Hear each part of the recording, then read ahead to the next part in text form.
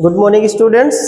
आइए आज हम सोशल साइंस सब्जेक्ट का ज्योग्राफी का पहला चैप्टर देखेंगे। इसमें बहुत सारे हमने एमसीक्यू छांट के लिया है और आपके लॉन्ग टाइप के भी क्वेश्चन है और शॉर्ट टाइप के भी क्वेश्चन है, जिससे आपको एक बेहतरीन तैयारी हो पाएगी। तो चलिए शुरुआत करते हैं पहले क्वेश्चन से। इसमें देखते हैं, पहला क्वेश्चन है, निम्नलिखित में से कौन सा संसाधन अचक्रीय है। और जैसे कि हमने आपको ये चैप्टर पढ़ाया है रिसोर्सेज एंड डेवलपमेंट में, इसमें बहुत सारे तरीके के रिसोर्सेज के टाइप्स दिए गए हैं। तो एक इसमें जो है कि आपका चक्रीय होता है और एक आपका अचक्रीय होता है। तो इसमें पूछ रहा है कि कौन से संसाधन अचक्रीय संसाधन है, यानी कि आपके ऐसे संसाधन जिसका हम एक बार उपयोग कर पाते हैं, उसको रिसाइकिल नहीं कर पाते हैं। तो इसमें आपके ऑप्शन है कोयला, लौह अयस्क, कॉपर, सोना। तो ये तीन जो है कि मिनरल्स आपके, इसको हम रिसाइकिल कर सकते हैं, फिर से इसको हम पिघला के नया बना सकते हैं, लेकिन कोयले को हम एक बार यूज करेंगे, यह समाप्त हो जाएगा। चलिए नेक्स्ट क्वेश्चन देखते हैं हम लोग।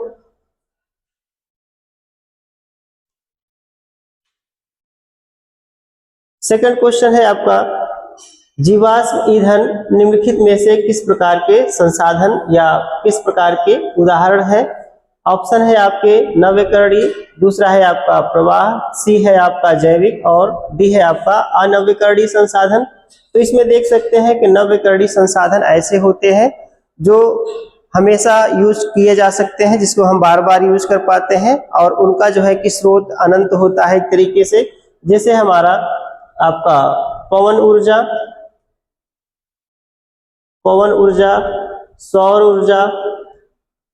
सौर ऊर्जा, इसी तरीके से आपका जो जल के द्वारा बिजली बनाई जाती है, जल विद्युत यानी कि जल ऊर्जा। तो इस तरीके से संसाधन को हम नवीकरणीय संसाधन कहते हैं। अनवीकरणीय संसाधन में जिसका हम उपयोग एक बार करते हैं और वह समाप्त हो जाते हैं, जैसे आपका कोयला और पेट्रोलियम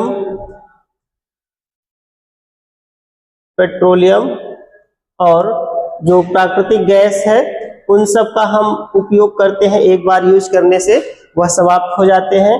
तो इसे पूछा जा रहा है कि कौन से संसाधन जीवाश्म ईंधन संसाधन के उदाहरण होते हैं। तो अनवीकरणीय जो संसाधन होते हैं वो आपके जीवाश्म ईंधन कहे जाते हैं।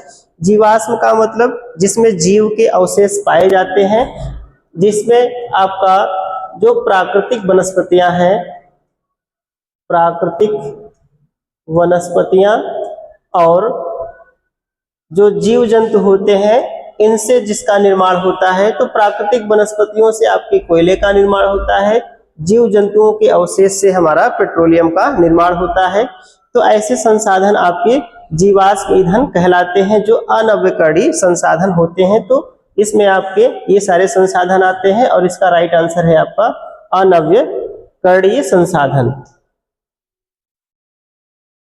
क्वेश्चन नंबर थर्ड देखते हैं, भारत ने किस पंचवर्षीय योजना से संसाधन योजना के लक्ष्यों को प्राप्त करने के लिए ठोस प्रयास किए। ऑप्शन ए है आपका पहला पंचवर्षीय योजना, दूसरा आपका पांचवा, तीसरा आपके वार्षिक योजनाएं और डी है आपका 10वीं पंचवर्षीय योजनाएं। तो इसका राइट आंसर है आपका पहली पंचवर्षीय योजना। आप लोग जानते हैं कि जो हमारा देश 1947 में आजाद होता है, लेकिन आपका 1951 से आपकी पहली पंचवर्षीय योजना स्टार्ट हो जाती है। तो इस समय जो पहली पंचवर्षीय योजना थी, इसका मुख्य उद्देश्य था कृषि एवं सिंचाई, इसका जो है कि मुख्य लक्ष्य था। तो इसमें पूछा जा रहा है कि जो इसमें ठोस प्रयास किए गए संसाधन योजना के लिए, तो कृषि एवं आपके सिंचाई के लिए मुख्य रूप से इसमें नहरों का निर्माण किया गया, बांधों का निर्माण किया गया। तो बहुत सारे सिंचाई के साधन उपलब्ध कराए गए, कृषि के लिए जो है बहुत सारे प्रयास किए गए। तो इस तरीके से पहली पंचवर्षीय योजना आपका चलाया जाता है 1951 से 1956 के बीच में। फिर सेकंड पंचवर्षीय योजना आती है, जिसमें आपका उद्योगों को बढ़ावा देने के लिए बहुत सारे उद्योगों की स्थापना की जाती है। तो इस तरीके से इसका राइट आंसर है आपका पहली पंचवर्षीय योजना। चौथा क्वेश्चन देखते हैं, क्वेश्चन फोर्थ, जीवन की निरंतर गुणवत्ता और वैश्विक शांति के लिए क्या आवश्यक है? ऑप्शन ए है संसाधनों का उपयोग रोकना, ऑप्शन बी है भविष्य के लिए संसाधनों की बचत करना, ऑप्शन सी है संसाधनों का शोषण और ऑप्शन डी है संसाधनों का समान वितरण। तो जो जीवन की गुणवत्ता है और विश्व शांति के लिए आपका जो संसाधन है उसका हमको समान वितरण करना है, यानी कि समान तरीके से उसको हम वितरण करेंगे पूरे देश में, तभी जाके वह जीवन की निरंतरता बनी रहेगी और उसकी गुणवत्ता भी बनी रहेगी। तो संसाधनों की बचत से संबंधित आपका सस्टेनेबल डेवलपमेंट एक कॉन्सेप्ट है, सतत विकास। सतत विकास, यह आपसे पूछा जा सकता है कि यह सतत विकास क्या है, या इसी को हम संपोषणीय विकास भी कहते हैं, संपोषणीय विकास भी कहते हैं। तो इसमें मुख्य रूप से ये कहा गया कि इस तरीके से संसाधनों की जरूरत के लिए हमारा पूर्ति करेंगे ताकि हमारे आने वाली पीढ़ी भी उसको संरक्षित देख पाए। एक तरीके से हम अपने वर्तमान आवश्यकताओं की पूर्ति करते हुए भविष्य के लिए भी संसाधनों को बचा के रखें, तो ऐसे हम प्रयास को सतत विकास कहते हैं। तो ये कॉन्सेप्ट आपसे पूछा जा सकता है कि सतत विकास क्या है। आगे हम लोग देखते हैं क्वेश्चन 5। भूमंडलीय तापन और पर्यावरण प्रदूषण जैसे वैश्विक पारिस्थितिकी संकटों से पीछे मुख्य कारण क्या है, यानी कि जो आपका ग्लोबल वार्मिंग हो रहा है और पर्यावरण प्रदूषण हो रहा है, इसके लिए जो है कि क्या इसके कारण है। आपके ऑप्शन ए है संसाधनों में कमी, संसाधनों की कमी, कुछ हाथों में संसाधनों का संचय और संसाधनों का अंधाधुंध शोषण और संसाधनों का उपयोग। तो इसका राइट आंसर हो जाएगा संसाधनों का अंधाधुंध शोषण हो रहा है, इसीलिए भूमंडलीय तापन हो रहा है। इसको हम ग्लोबल वार्मिंग भी कहते हैं, ग्लोबल वार्मिंग। ग्लोबल वार्मिंग क्या होता है, इसको हम वैश्विक तापन भी कहते हैं, इसको हम वैश्विक तापन भी कहते हैं। इसका कारण क्या होता है, सबसे ज्यादा इसका कारण है वनस्पतियों का ह्रास, यानी कि जो पेड़ पौधे हैं इनकी संख्या में बहुत तेजी से कमी हो रही है। अगर ये जंगलों की कटाई हो रही है तो इससे जो हमारे वायुमंडल में CO2 है, कार्बन डाइऑक्साइड, ये बढ़ जाता है और इसी की वजह से हमारे जो धरातल का तापमान बढ़ जाता है, तो इसी को हम भूमंडलीय तापन कहते हैं। और यह भूमंडलीय तापन की वजह से आपका जलवायु परिवर्तन और सागर तल में जो है कि वृद्धि, जिससे जो है कि हमारे जो आइलैंड होते हैं वो डूब जाते हैं और ग्लेशियर पिघल जाते हैं। तो ये जो पर्यावरण आपका डिग्रेडेशन, आपका पर्यावरण प्रदूषण फैल जाता है, तो इन्हीं कारणों से संसाधनों की अंधाधुंध शोषण के कारण। तो इसका राइट आंसर सी हो जाएगा। ऑप्शन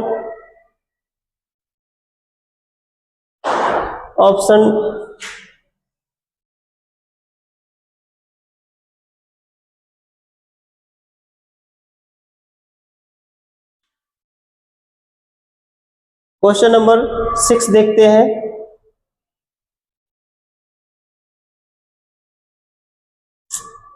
बहुत समस्या हो रही है इसमें।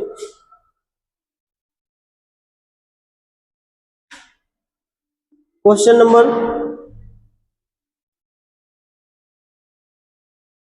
नंबर 6 देखते हैं। निम्नलिखित में से कौन सा मानव निर्मित संसाधन है, इसमें कौन सी मानव निर्मित है। आप लोग जानते हैं पेट्रोलियम नहीं है, वन भी नहीं है, और इसमें मशीनें इसका राइट आंसर है। भूमि भी नहीं है। तो ये सभी आपके प्राकृतिक संसाधन है, पेट्रोलियम, वन और भूमि। ये मशीनें जो है कि इंसान के द्वारा बनाए जाते हैं। नेक्स्ट क्वेश्चन देखते हैं हम लोग।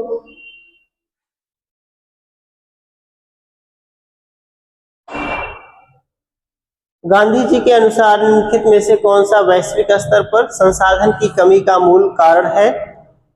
ऑप्शन ए है संसाधनों का संरक्षण, ऑप्शन बी है संसाधनों का उपयोग, ऑप्शन सी है लालची एवं स्वार्थी व्यक्ति तथा आधुनिक प्रौद्योगिकी की शोषणात्मक प्रवृत्ति, और ऑप्शन डी है पिछड़ी तकनीकी। तो तो आपके ऑप्शन सी इसका राइट आंसर है। आप लोग जानते हैं गांधी जी कहते हैं कि जो भी प्राकृतिक संसाधन है वो हमारी आवश्यकताओं की पूर्ति तो कर सकते हैं लेकिन हमारे लालच को पूरा नहीं कर सकते हैं। तो इसका राइट आंसर सी हो जाएगा। अगला है आपका क्वेश्चन 8, भारत में इनमें से किस क्षेत्र में खनिज और जीवाश्म ईंधन के समृद्ध भंडार मिलते हैं? ऑप्शन ए है मैदान, ऑप्शन बी है पर्वत, ऑप्शन सी है पठार और ऑप्शन डी है रेगिस्तान। तो जो खनिजों के भंडार मिलते हैं वो हमारे ज्यादातर पठारों में मिलते हैं और इस पठारों में जो आपका छोटा नागपुर का पठार है वह बहुत ही इंपॉर्टेंट है। छोटा नागपुर का पठार, छोटा नागपुर के पठार को हम भारत का रूर भी कहते हैं, भारत का रूर कहते हैं। क्यों कहते हैं? क्योंकि ये जो है कि क्षेत्र खनिजों के भंडार के लिए बहुत ही बेहतरीन है। यहाँ पर आपके कोयला, मिनरल्स और जो है कि लोहा, तांबा, बहुत सारे मिनरल्स मिलते हैं। तो ये पठार इसका राइट आंसर हो जाएगा, जो प्रायद्वीपीय भारत में और आपका कुछ झारखंड एरिया में है। तो इसमें जो है कि खनिजों के भंडार सबसे ज्यादा पाए जाते हैं।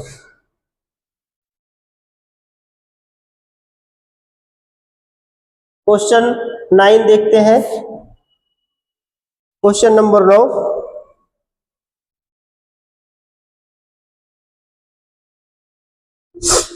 हमारे देश में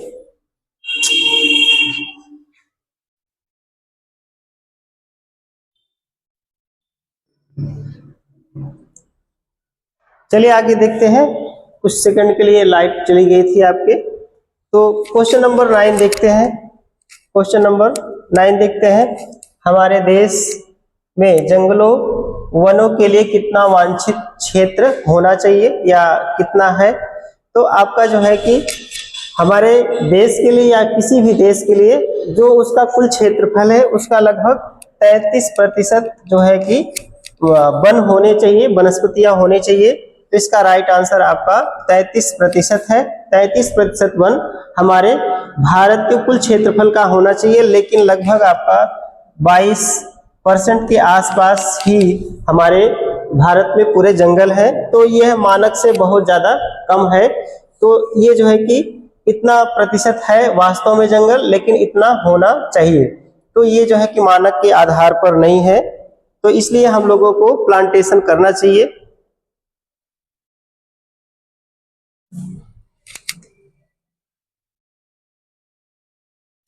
क्वेश्चन देखते हैं अगला,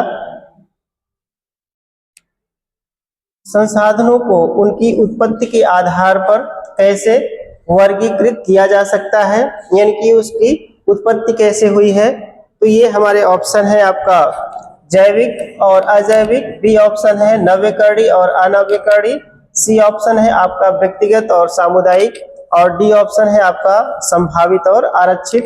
तो इसका राइट आंसर है आपका जैविक और अजैविक संसाधन। तो जैविक संसाधन में आपका जो भी चीजें जीवित है, जैसे आपका वनस्पतियां और जो जीव जंतु है, और अजैविक में आपके बहुत सारी चीजें आ जाती हैं, जैसे जो भी खनिज है,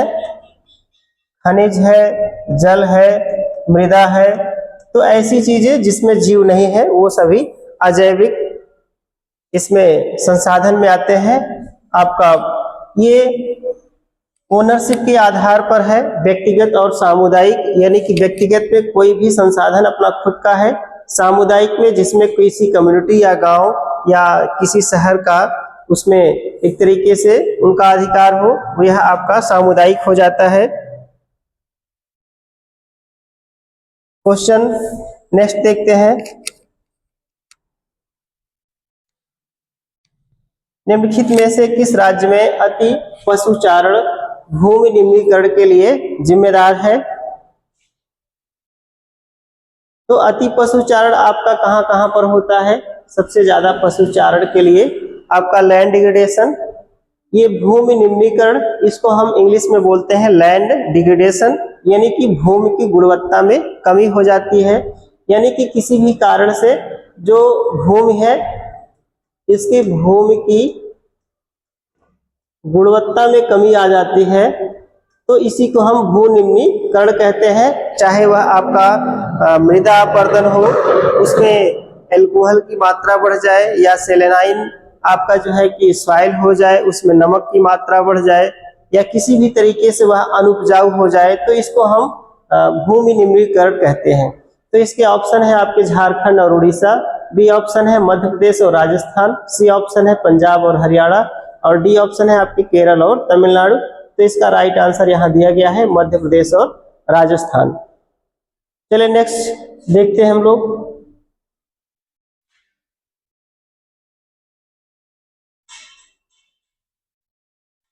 जब मिट्टी के पानी के माध्यम से पानी की कटौती चलती है और गहरे चैनल बन जाते हैं तो वो क्या कहे जाते हैं? ऑप्शन ए है आपकी अवनालिका अपरदन, ऑप्शन बी है चादर अपरदन, और ऑप्शन सी है वनों की कटाई, और ऑप्शन डी है वनारोपण। तो इसका राइट आंसर है आपका अवनालिका अपरदन। इसी को हम गली इरोजन भी कहते हैं। जो हमारा मध्य प्रदेश का क्षेत्र है, यानी कि जो आपका एमपी का क्षेत्र है, अगर देखें तो ये वाला जो क्षेत्र है आपका, जहां पर मालवा का पठार है, मालवा का पठार है, यहीं से एक चंबल नदी निकलती है जिसका नाम है चंबल नदी। तो यह नदी के द्वारा बहुत ही ज्यादा जो है कि गली अपरदन किया गया है, और यहाँ पर एक तरीके से बीहड़ बन गए हैं। ये जो क्षेत्र है आपके बीहड़, या इसी को हम उत्खात भूमि भी कहते हैं, उत्खात भूमि कहते हैं। तो आपसे पूछा जा सकता है कि उत्खात भूमि क्या होता है या अवनालिका अपरदन क्या होता है। ये वर्टिकल एक तरीके से लॉन्गिट्यूडनल कटाव होता है, यानी कि गहराई में कटाव होता है, इसी को हम अवनालिका अपरदन कहते हैं। तो इसका जो है कि आपका राइट आंसर अवनालिका अपरदन हो जाएगा। जो चादर अपरदन होता है, यानी कि जो धरातल का ऊपरी सतह का अगर ये अपरदन हो जाता है तो इसी को हम चादर अपरदन कहते हैं, सीट इरोजन कहते हैं। ठीक, तो इसका राइट आंसर आपका अवनालिका अपरदन हो जाएगा।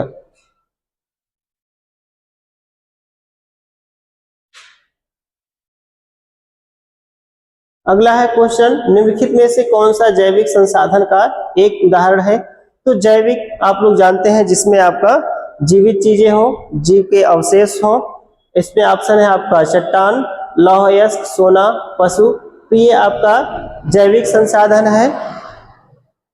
अगला है आपका, इनमें से कौन सा जैविक संसाधन नहीं है, यानी कि जीव उसमें जो है कि नहीं है? तो प्राणी जात और वनस्पति जात। ऑप्शन बी है चट्टाने, मत्स्य पालन और पशुधन।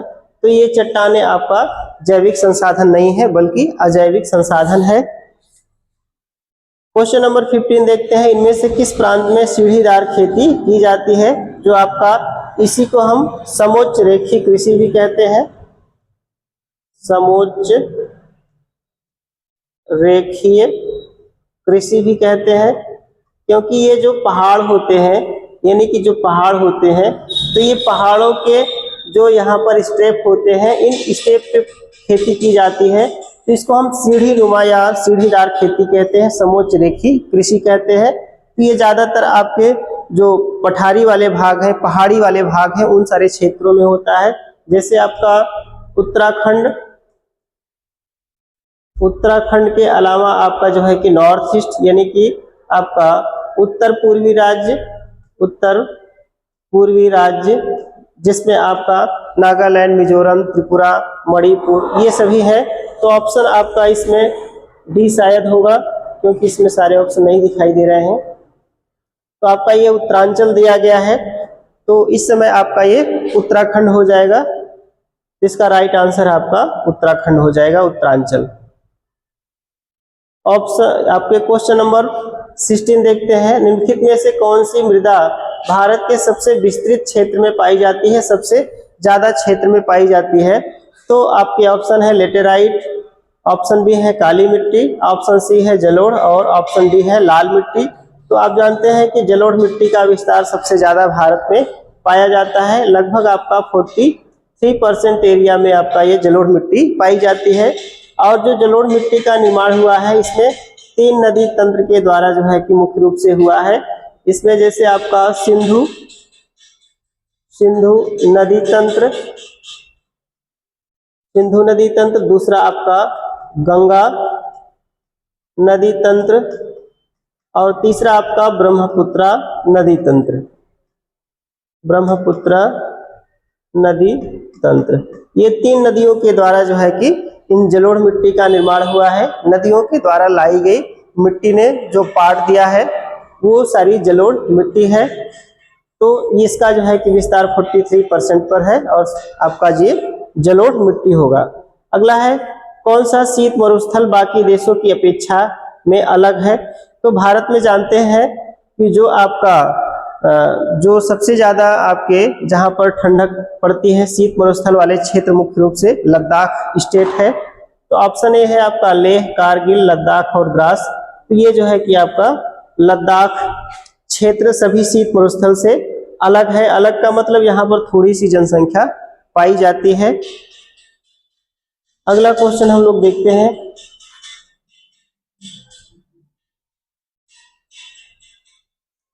पंजाब में भूमि निम्नीकरण का निम्नलिखित में से मुख्य कारण क्या है। ऑप्शन ए है गहन खेती, ऑप्शन बी है वनोन्मूलन, ऑप्शन सी है अधिक सिंचाई और ऑप्शन डी है अधिक पशुचारण। तो आपका राइट आंसर अधिक सिंचाई हो जाएगा, क्योंकि पंजाब वाले क्षेत्र में बहुत ज्यादा कृषि होती है और सिंचाई बहुत ज्यादा की जाती है। अगला क्वेश्चन है आपका जन संसाधन जो एक क्षेत्र में पाए जाते हैं लेकिन उनका उपयोग नहीं होता है कहलाते हैं। यानी कि वो संसाधन तो पाए जाते हैं लेकिन अभी उनका उपयोग नहीं हो पा रहा है, उनको हम संभाव्य संसाधन कहते हैं। तो इसका राइट आंसर संभाव्य संसाधन है।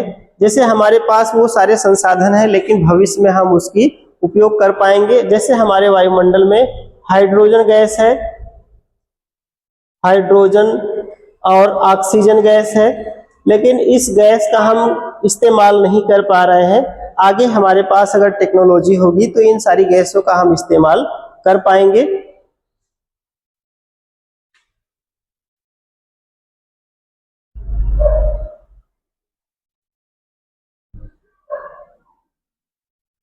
चलिए, इसमें पूछा जा रहा है इनमें से कौन सा एक संसाधन नवीकरणीय संसाधन है।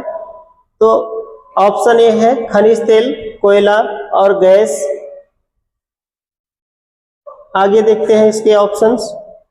तो इसमें 4 ऑप्शन में देखकर आप बता सकते हैं कौन सा संसाधन नवीकरणीय है, यानी कि इसका हम बार बार उपयोग कर पाएंगे। ऑप्शन ए है आपका खनिज तेल, कोयला और सी है गैस और डी है आपका ज्वारीय ऊर्जा। तो इसका राइट आंसर ज्वारीय ऊर्जा हो जाएगा, क्योंकि इसका हम उपयोग बार बार कर सकते हैं, जबकि खनिज तेल का उपयोग हम एक बार करेंगे समाप्त हो जाएगा, कोयले का भी और गैस का भी। तो इस तरीके से इसका राइट आंसर आपका ज्वारीय ऊर्जा हो जाएगा।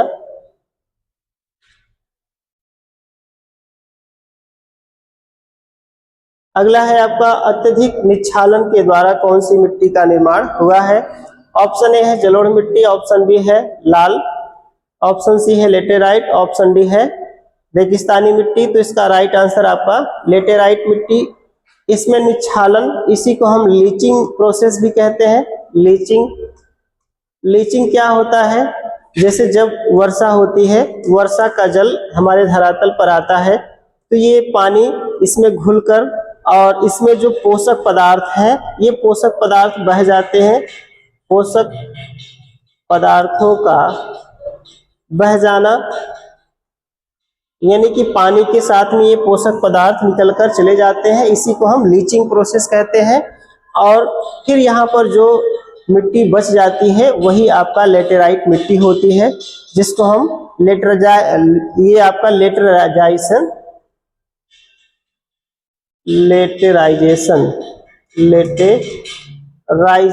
प्रक्रिया कहते हैं। लेटेराइजेशन प्रक्रिया कहते हैं। इसी प्रक्रिया के द्वारा ये लेटेराइट प्रक्रिया होती है, जिससे ये लेटेराइट मिट्टी का निर्माण होता है। तो इसी को हम लीचिंग प्रोसेस, निक्षालन प्रोसेस कहते हैं और इससे हमारा ये लेटेराइट मृदा का निर्माण होता है। अगला क्वेश्चन देखते हैं, निम्नलिखित में से कौन सा प्राकृतिक संसाधन नहीं है। आप देख सकते हैं कि प्राकृतिक संसाधन यानी कि जो प्रकृति के द्वारा निर्मित है। ऑप्शन ए है भूमि, ऑप्शन बी है भवन, ऑप्शन सी है जल और ऑप्शन डी है खनिज। तो जानते हैं भूमि प्रकृति के द्वारा बनी है, जल भी प्रकृति ने बनाया है और खनिज भी प्रकृति ने बनाया है, लेकिन मानव इसको बनाता है, भवन को मानव बनाता है। ये मानव निर्मित है भवन, तो इसका राइट आंसर आपका भवन हो जाएगा। बहुत इजी क्वेश्चन है, लेकिन आपके लेवल के लिए जो नहीं पढ़ेगा उसके लिए ये भी सारे कठिन क्वेश्चन लगते हैं। नेक्स्ट क्वेश्चन हम लोग देख लेते हैं। अब यहां से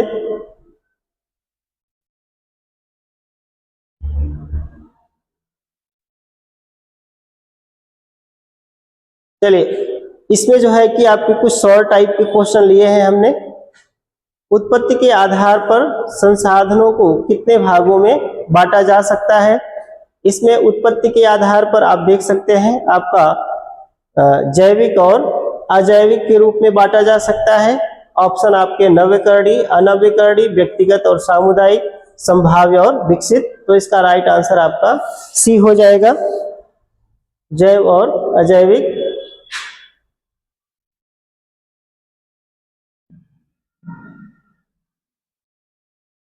चलिए, अगला क्वेश्चन है आपका,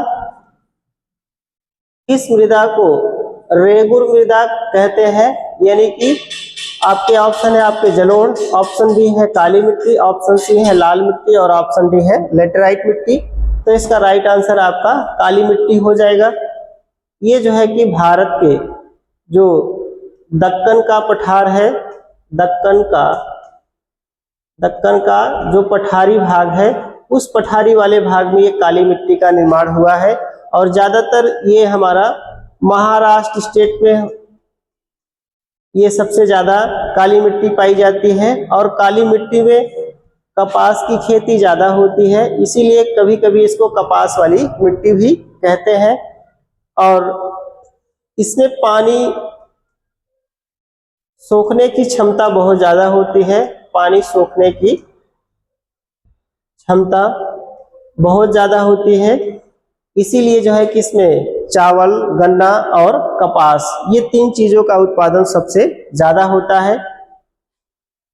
तो इसका राइट आंसर आपका काली मिट्टी हो जाएगा। क्वेश्चन अगला देखते हैं हम लोग, भारत के किन राज्य में कोयले और खनिजों के प्रचुर भंडार है। तो कोयला और खनिज सबसे ज्यादा आपके कहाँ पाए जाते हैं। ऑप्शन ए है राजस्थान और गुजरात, ऑप्शन बी है झारखंड, छत्तीसगढ़ और मध्य प्रदेश, ऑप्शन सी है केरल और तमिलनाडु, ऑप्शन डी है पंजाब और हरियाणा। तो अगर देखा जाए तो खनिजों की दृष्टिकोण से सबसे ये पुअर, सबसे गरीब ये क्षेत्र है, क्योंकि यहाँ पर कोई मिनरल्स नहीं पाया जाता है। इसके साथ साथ में आपका यूपी भी आता है और बिहार भी आता है। तो ये सारे स्टेट जो है कि एक तरीके से मिनरल्स में बहुत ज्यादा कमजोर है।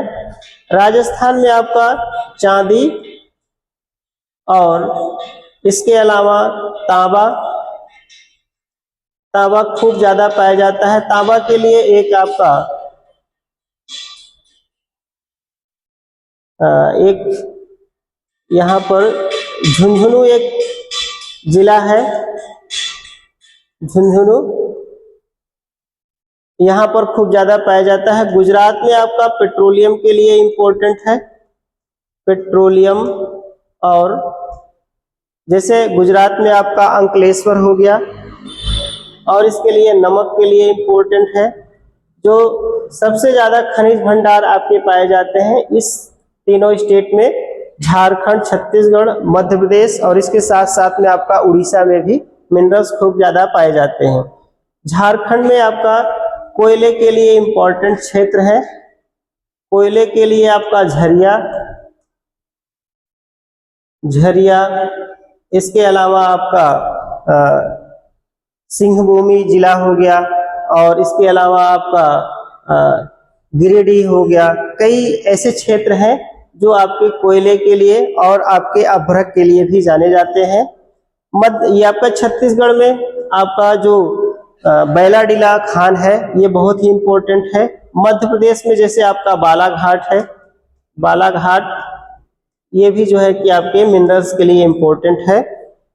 तो इस तरीके से ये 3 स्टेट बहुत ही इम्पोर्टेंट है मिनरल्स के लिए। क्वेश्चन नंबर 4 इसमें देख रहे हैं अगला, देश के कुल क्षेत्रफल का लगभग 27% खनिज, जीवाश्म और वनों के अपार संचय के रूप में किस क्षेत्र को जाना जाता है? मैदानी क्षेत्र, पठारी क्षेत्र, तटीय क्षेत्र और रेगिस्तानी क्षेत्र। तो आप जानते हैं कि सबसे ज्यादा मिनरल्स आपका पठारी क्षेत्र में पाया जाता है। पठारी क्षेत्र में आपके बहुत सारे स्टेट जैसे एमपी का क्षेत्र हो गया, झारखंड का हो गया, उड़ीसा हो गया, महाराष्ट्र हो गया, तो ये सभी आपके पठारी वाले भाग हैं जहां पर मिनरल्स खूब पाए जाते हैं। आगे हम लोग देखते हैं संसाधन। इसमें कुछ इंपॉर्टेंट लाइन है। संसाधन किसे कहते हैं आप लोग जानते हैं, वे वस्तुएं जो हमारी आवश्यकताओं की पूर्ति करते हो, तकनीकी रूप से, आर्थिक रूप से संभव हो और सांस्कृतिक रूप से स्वीकार किए जाते हैं, उनको हम संसाधन कहते हैं। विकास में आय के साथ साथ शिक्षा, स्वास्थ्य और समानता में भी सुधार किया जा सकता है। आगे इसमें देख लेते हैं कौन सा संसाधन लौह अयस्क है। ये किस प्रकार का संसाधन आपका है? ये आपका नव्यकरणीय, जैविक, प्रवाह और आपका गैर नव्यकरणीय है। तो राइट आंसर आपका गैर नव्यकरणीय है।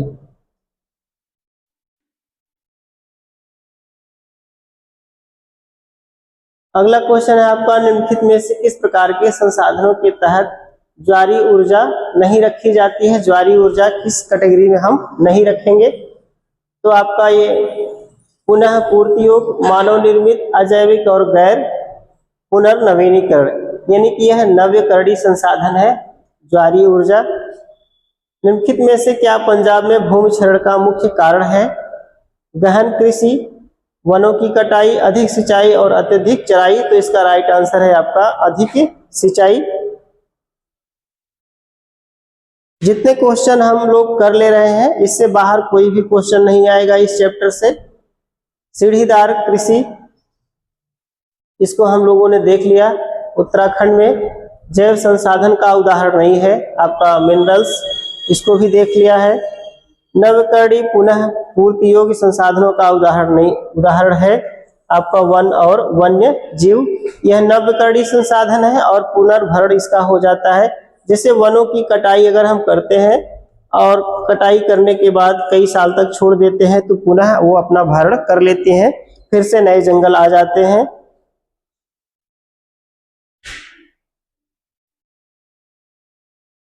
ये स्वामित्व वाले क्वेश्चन है। निम्नलिखित में से क्या समुदाय के स्वामित्व वाले संसाधन के उदाहरण है? तो चराई का मैदान, ये दक्कन मैदान, शहरी क्षेत्रों के खेल का मैदान, उपरोक्त सभी। तो इसमें सभी जो है कि स्वामित्व वाले संसाधन कहे जाते हैं। अगला है आपका तट से समुद्री मील के महासागरीय क्षेत्र को प्रादेशिक जल कहा जाता है। उसमें मौजूद है संसाधन राष्ट्र के होते हैं। तो कितना समुद्री मील? ये आपका 12 समुद्री मील। जैसे इसमें जो अंतरराष्ट्रीय संसाधन होते हैं तो ये जो हमारा आंतरिक जल क्षेत्र है इससे लगभग 12 समुद्री मील तक ये वाला क्षेत्र आता है। तो इसको जो है कि प्रादेशिक जल क्षेत्र कहा जाता है। अगले हैं आपके जो है कि ये शॉर्ट टाइप के क्वेश्चंस हैं। इसमें आप लोग देख लीजिए संसाधन क्या है, वे मानवीय गतिविधियों पर क्यों निर्भर करते हैं। ये 2 नंबर वाले क्वेश्चन में आते हैं इस टाइप के क्वेश्चन। तो आपको उसका डिफिनेशन लिखना होता है और उसमें जो इंपॉर्टेंट लाइन है 2, 3, 4 लाइन में आप इसको आंसर दे सकते हैं। तो संसाधन वे वस्तुएं जो हमारी आवश्यकताओं को पूरा करती हैं, प्रकृति में उपलब्ध होती हैं, लेकिन मनुष्य अपनी आवश्यकताओं जैसे खेती, खनन, विनिर्माण के लिए उन्हें निकालता है और रूपांतरित करता है, इसलिए वे मानवीय गतिविधियों पर निर्भर रहते हैं। तो इसका ये आंसर हो जाएगा। नव्यकरणीय और अनव्यकरणीय संसाधनों में क्या अंतर है, इसको स्पष्ट करें।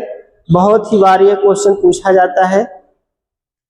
नव्यकरणीय संसाधन में जिसको हम बार बार यूज कर पाते हैं, जो प्राकृतिक रूप से नवीनीकृत या प्रतिस्थापित हो जाते हैं, जैसे सौर ऊर्जा और वन। गैर नवीकरण में जो बनने में लाखों वर्ष लेते हैं और सीमित होते हैं, जैसे खनिज और मिनरल्स। जैविक और अजैविक संसाधनों के उदाहरण लिखिए। तो इसमें बायोटिक के आप उदाहरण लिख सकते हैं, मनुष्य, पशु और वनस्पति। अजैविक में आपका चट्टाने, मिट्टी, खनिज और जल। आपसे पूछा जा सकता है कि भूमि क्षरण क्या होता है, इसके मुख्य कारण क्या होते हैं। तो भूमि क्षरण का अर्थ यह है कि भूमि की गुणवत्ता में कमी आना, और इसके कारण है गहन खेती, जैसे पंजाब में खनन, झारखंड में औद्योगिकरण और अधिक सिंचाई।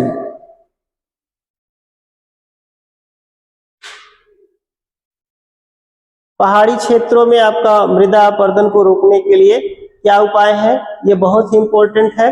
ये क्वेश्चन पूछा गया था पिछले आपके बोर्ड क्लास में। तो ये सीढ़ी नुमा खेती आपका, जिसको हम कंटूर प्लाविंग कहते हैं, पट्टी कृषि भी कहते हैं, स्ट्रिप क्रॉपिंग, और ढलानों पे ये मेड़बंदी करके किया जाता है। इसे जो है कि मृदा अपरदन को रोका जा सकता है। जलोढ़ मिट्टी और काली मिट्टी की प्रमुख विशेषताएं बताइए। जलोढ़ मिट्टी जानते हैं हमारे भारत में नदियों के द्वारा लाई गई मिट्टी का निर्माण हुआ है। इसमें पोटास, फास्फोरक एसिड और चूने से भरपूर होता है। इसमें धान, गन्ना ये आसानी से होता है, और यह डेल्टाई भागों में पाया जाता है। और सबसे ज्यादा आपका उत्तर प्रदेश, बिहार, आपका पंजाब और कुछ आपके गुजरात के बेल्ट में और कोस्टल एरिया में पाए जाते हैं, और आसाम में। ये सभी क्षेत्र में आपका जलोढ़ मिट्टी पाया जाता है।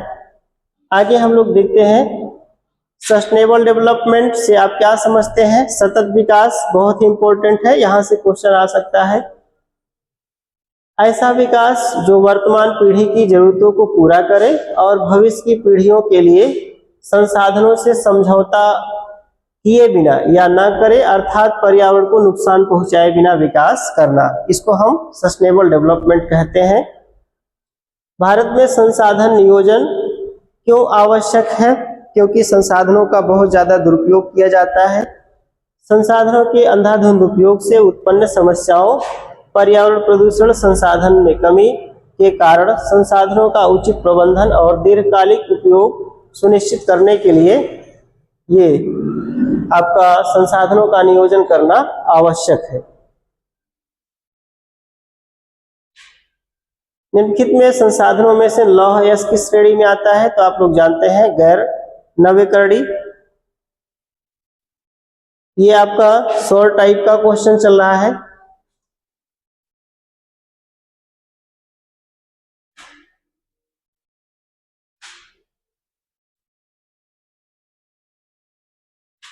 समझाइए कि संसाधन मानवीय गतिविधियों पर क्यों निर्भर है। संसाधन इसलिए मौजूद है क्योंकि मनुष्य अपनी आवश्यकताओं के लिए उनका उपयोग और प्रबंधन करते हैं। खेती, खनन और विनिर्माण जैसी मानवीय गतिविधियां प्राकृतिक सामग्रियों के निष्कर्षण या रूपांतरण द्वारा संसाधनों का निर्माण करती हैं। मानवीय हस्तक्षेप के बिना अनेक संसाधन न तो सुलभ होंगे और न ही उपयोग होंगे। तो ये सभी संसाधन मानव गतिविधियों पर निर्भर होते हैं। अगला है आपका संसाधनों को उनके उपयोग की मात्रा के आधार पर कैसे वर्गीकृत किया जा सकता है। तो इसके जो है कि आपके नवीकरणीय संसाधन और गैर नवीकरणीय संसाधन में हम डिवाइड कर सकते हैं। इसको आप देखते जाइए और इसको अपने कॉपी पर इसके क्वेश्चंस के आंसर लिखने का प्रयास करिए, जिससे आपकी प्रैक्टिस हो जाएगी। अगला है आपका कपास उगाने के लिए किस प्रकार की मिट्टी अधिक उपयोगी होती है। तो काली मिट्टी जानते हैं, रेगुर मिट्टी के नाम से इसको जाना जाता है। कपास के लिए आदर्श होती है। इस मिट्टी में कैल्शियम, मैग्नीशियम और पोटेशियम जैसे पोषक तत्व ज्यादा होते हैं, जो कपास की खेती के लिए फायदेमंद होते हैं। ये क्वेश्चन हो गया है। पंजाब में भूमि क्षरण का मुख्य कारण क्या है, अधिक सिंचाई है।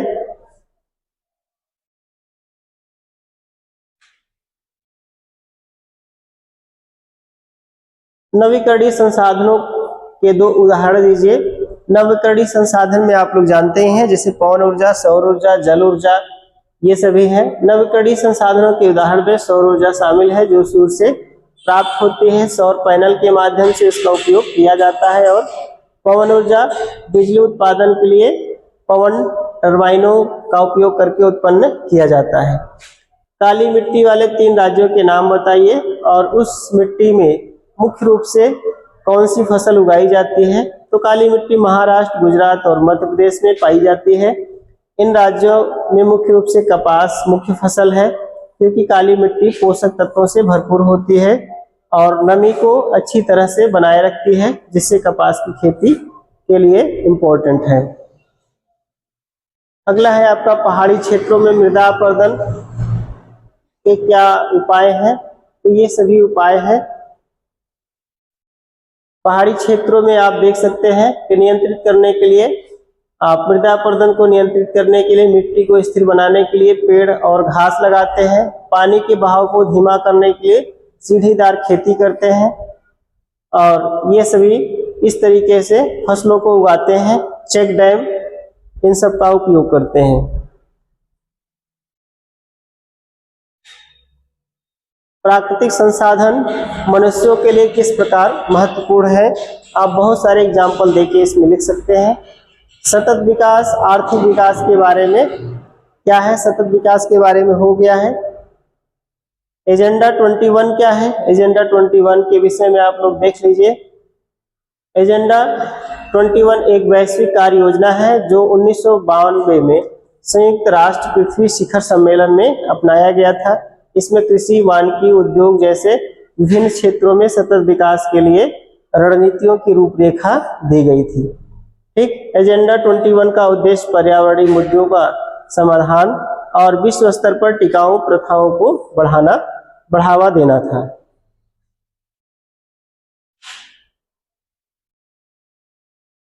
ये है एजेंडा 21। पूर्वी तट के नदी डेल्टाओं में किस प्रकार की मिट्टी पाई जाती है।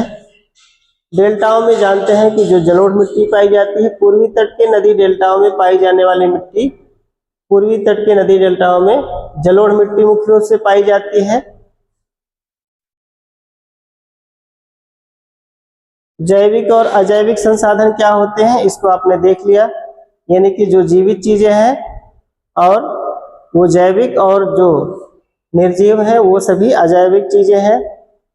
इसका उपयोग किस प्रकार कर सकते हैं। संसाधन नियोजन के 3 चरण, ये बहुत ही इंपॉर्टेंट है। ये क्वेश्चन आपका बहुत सबसे मोस्ट इंपॉर्टेंट अगर देखा जाए तो है।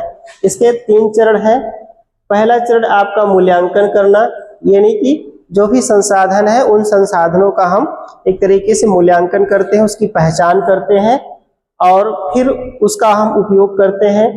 मूल्यांकन जनसंख्या वृद्धि और विकास लक्ष्यों के आधार पर वर्तमान संसाधनों और उनकी उपलब्धता, भविष्य की आवश्यकताओं का मूल्यांकन करना। फिर इसके बाद हम प्लानिंग करते हैं उस रिसोर्सेज को एक तरीके से कंजर्वेशन करने के लिए। योजना बनाना, संरक्षण और दक्षता को ध्यान में रखते हुए संसाधनों का सतत प्रबंधन के लिए रणनीतियों और नीतियों का निर्माण करना। कार्यान्वयन, संसाधनों के उपयोग को वर्तमान और भविष्य की मांगों के अनुरूप सुनिश्चित करने के लिए नियमों, प्रोत्साहन और बुनियादी ढांचे के विकास के माध्यम से योजनाओं को क्रियान्वित करना।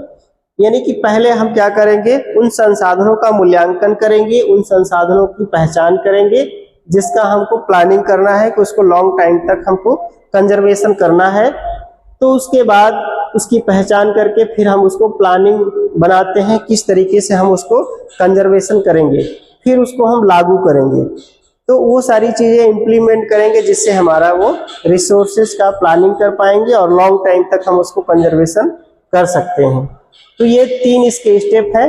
ये बहुत ही मोस्ट इंपॉर्टेंट क्वेश्चन है। गांधी जी के द्वारा क्या इनका जो है कि कहा गया है। गांधी जी ने वैश्विक संसाधन के क्षय के लिए किसे जिम्मेदार ठहराया है।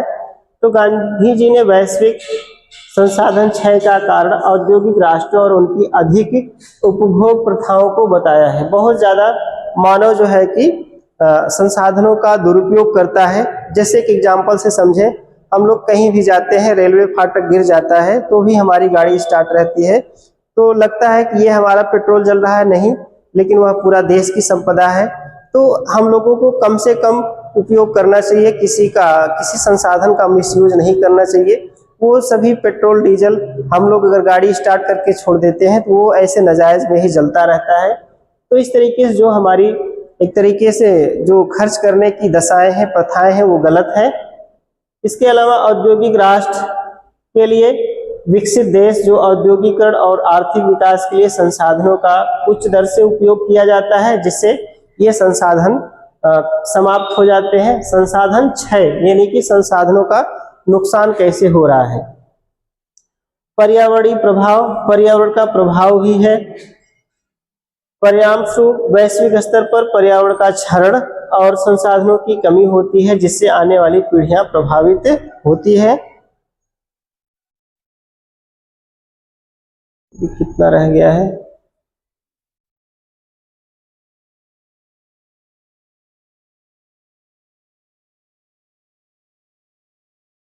हम लोग थोड़ा जल्दी स्पीड में देख लेते हैं। संसाधनों के क्षरण की बात हुई है। संसाधनों का क्षरण के उपाय क्या क्या हो सकते हैं, कैसे हम उनको एक तरीके से सुरक्षित रख सकते हैं। तो इसमें बहुत सारे जो है कि प्रयास किए जाते हैं। जैसे आपका संसाधनों के क्षरण के उपाय, संसाधनों को बुद्धिमानी से खर्च करना और टिकाऊ तरीके से उपयोग करना, ताकि अपशिष्ट और पर्यावरणीय प्रभाव को कम किया जा सके। संसाधनों की खपत और अपशिष्ट उत्पादन को कम करने के लिए कम उपयोग करें और पुनः उपयोग करें और पुनर्चक्रण करें। तो ये सभी उपाय हैं संसाधनों के संरक्षण के लिए। और ऊर्जा के लिए, ऊर्जा और जल संरक्षण के लिए कारगर प्रौद्योगिकी और पद्धतियों को अपनाएं। संरक्षण प्रयासों के माध्यम से प्राकृतिक आवासों और जैव विविधता की रक्षा करें। सतत कृषि और वानिकी पद्धतियों को बढ़ावा दें। प्राकृतिक संसाधनों के अधिक दोहन को रोकने के लिए नीतियां और नियम लागू करें। तो ये सभी उपाय हैं आपके रिसोर्सेज कंजर्वेशन के लिए। हम लोग देख लेते हैं और आगे कुछ इंपॉर्टेंट क्वेश्चन। आप इसको थोड़ा हम हल्के से चलेंगे और आप इसको जो है कि देखते जाइए और इसको आप लोग अपना नोट डाउन कर लीजिएगा।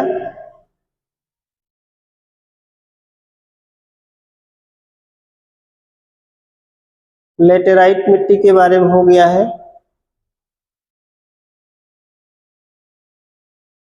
मृदा अपरदन, यहाँ तक हो गया था। अब हम धीरे धीरे इसको स्क्रॉल करेंगे, आप लोग देखते जाइएगा। ये गांधी जी का कथन था। मृदा अपरदन की व्याख्या के लिए, मृदा को कैसे हम कंट्रोल कर सकते हैं, मृदा अपरदन को, इसके लिए जो है कि मिट्टी को अपनी जगह बनाने के लिए पेड़ और घास लगाए। मिट्टी के बहाव को धीमा करने के लिए सीढ़ीदार इमारत बनाए। लेटेराइट मिट्टी क्या है, इसको हमने देख लिया था। यह उष्णकटिबंधीय क्षेत्रों में पाई जाने वाली मिट्टी है। इसमें लौह ऑक्साइड और एल्युमिनियम ऑक्साइड से भरपूर होती है। इसमें जो है कि आपके बागाती फसलें सबसे ज़्यादा उगाई जाती हैं। जैसे लेटेराइट मिट्टी में आपका सबसे ज़्यादा चाय और कॉफ़ी और आपका नारियल हो गया, ये सभी का उत्पादन सबसे ज़्यादा होता है। 1960 से 61 के अंतर्गत, ये क्वेश्चन भी बहुत इंपॉर्टेंट है, ये भी क्वेश्चन आया हुआ है बोर्ड में। 1960 से 61 के अंतर्गत आने वाली भूमि में अधिक वृद्धि क्यों नहीं हुई, यानी कि इस दशक में क्यों वनों में वृद्धि नहीं हुई, इसके क्या कारण थे। तो शहरीकरण और औद्योगिकरण से वनों की कटाई हो गया, कृषि विस्तार हो गया और संरचना विकास के कारण वन क्षेत्र में कमी हो गई। इस कारण से वनों में वृद्धि नहीं हो पाई। ये तीसरा कारण है, वन भूमि की रक्षा के लिए प्रभावी संरक्षण नीतियों और उनके कार्यान्वयन का अभाव रहा। काली मिट्टी के विकास के लिए जिम्मेदार भौगोलिक कारकों का उल्लेख कीजिए। इसमें कपास उगाने के लिए सबसे उत्तम क्यों होती है, इसको हम लोगों ने देख लिया था। काली मिट्टी के बारे में, भूमि उपयोग को निर्धारित करने वाले 3 भौतिक और मानवीय कारक बताइए। इसको देख लीजिए आप लोग। वैश्विक स्तर पर संसाधन संरक्षण के लिए 4 संस्थागत प्रयास के नाम बताइए। ये इंपॉर्टेंट है। इसमें देखिए आपका संयुक्त राष्ट्र के सतत विकास के लिए आपका SDG, आपका ये सस्टेनेबल डेवलपमेंट गोल्स, इसको कहते हैं SDG सस्टेनेबल डेवलपमेंट और गोल्स। तो इसके लिए जो है कि ये विश्व स्तर पर संसाधनों के जिम्मेदार उपयोग को बढ़ावा देते हैं। पेरिस समझौते जैसे अंतर्राष्ट्रीय समझौतों का उद्देश्य ग्रीन हाउस गैस उत्सर्जन को कम करना और जलवायु परिवर्तन से लड़ना। पर्यावरण संगठन प्राकृतिक संसाधनों के संरक्षण के लिए जैव विविधता की निगरानी और सुरक्षा करते हैं। ये सभी प्रयास किए गए थे।